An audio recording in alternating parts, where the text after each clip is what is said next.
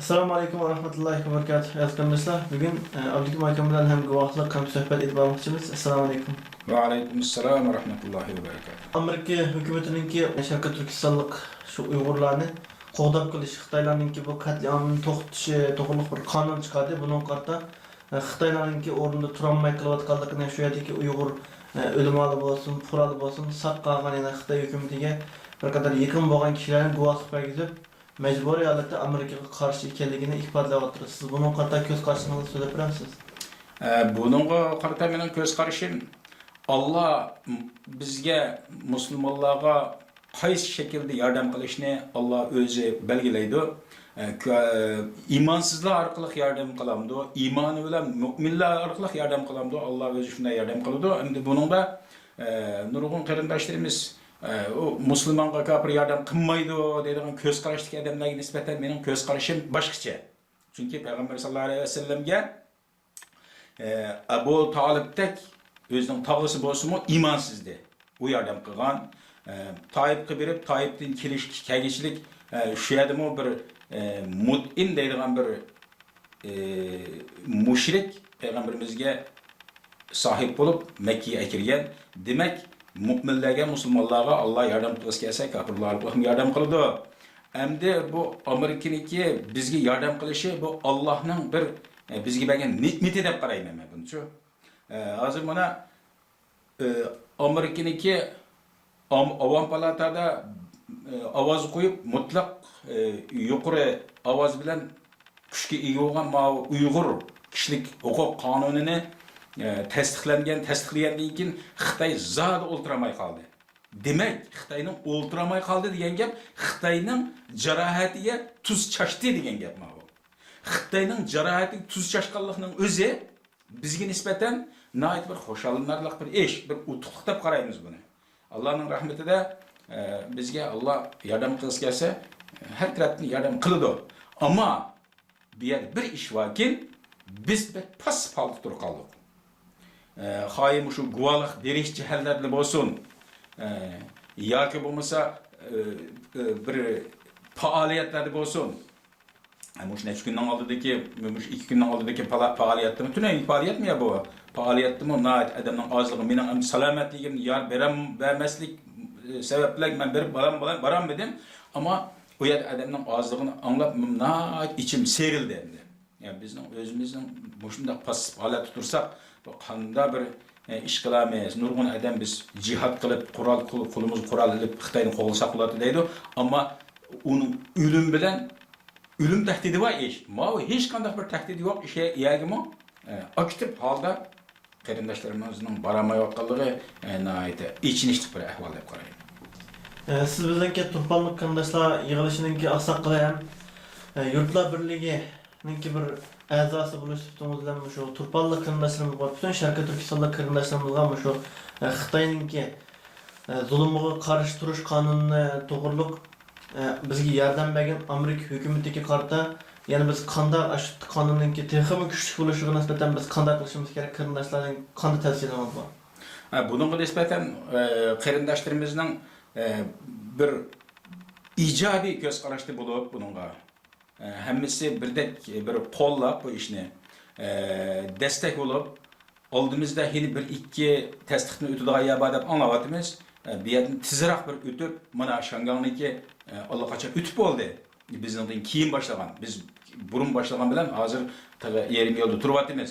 Allah qalsa bu o'tidi deydigan ko'z qarashda turyapmiz, ammo biz nəhayət təşəbbüskar o'rinda turib ijobiy bir qadamlarni bosmasak, bizning niyat maqsadimizga qarata Allah bizning yo'limizni şunun qarta belgilab beradi. Çünki Allah'ın her iş Allah'ın iradesi bilan bo'ladi. Allah'ın iradesi qilib tavermaydi deymiz. Shundaqdimi?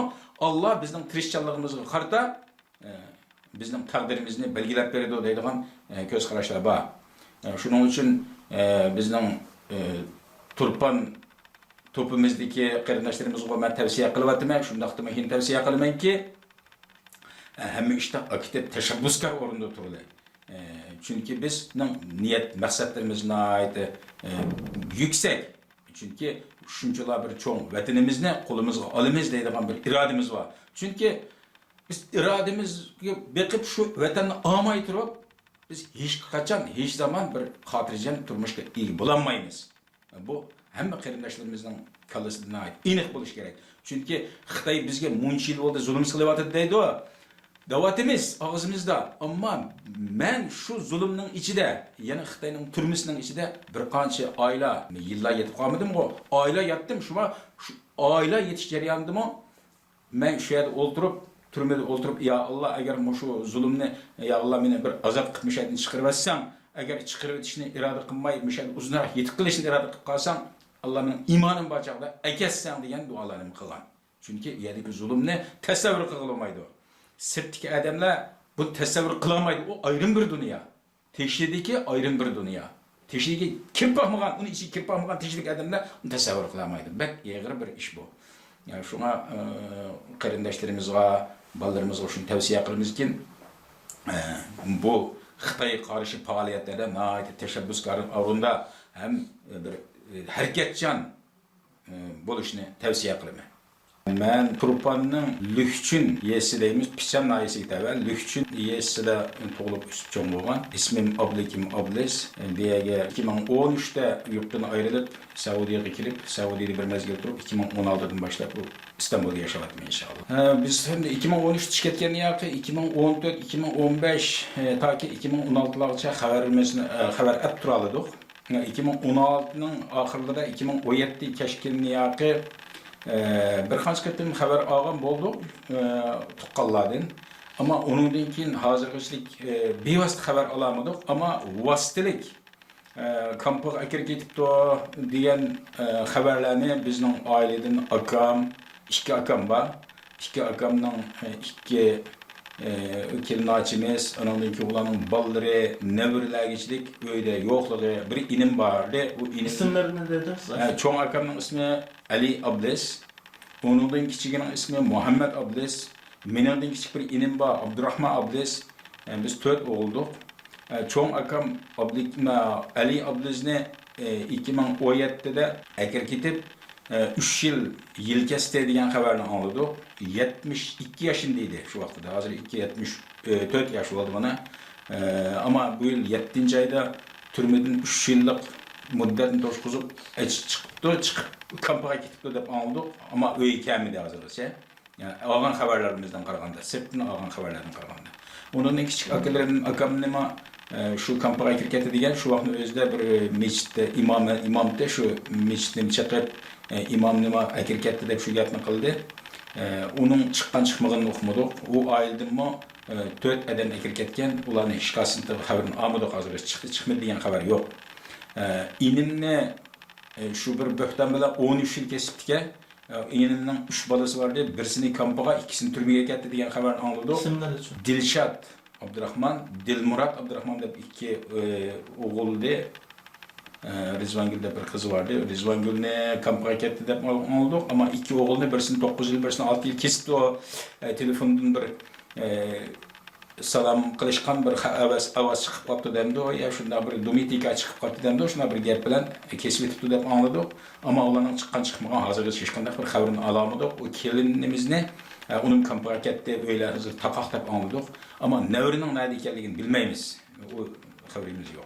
Qo'lim qo'shillarni alig'illardan hech kimning yo'qligini xabarini olgan o'tganda. Hech kim qamay aketdi. Yo'q hozir yurtda. İşlerim hammasi taqoq. Ammo sen bo'lgan bo'lsang, seni allaqachon ular yo'qotayotgan bo'ladi degan xabarlarni septin xabar olganlardan anladik.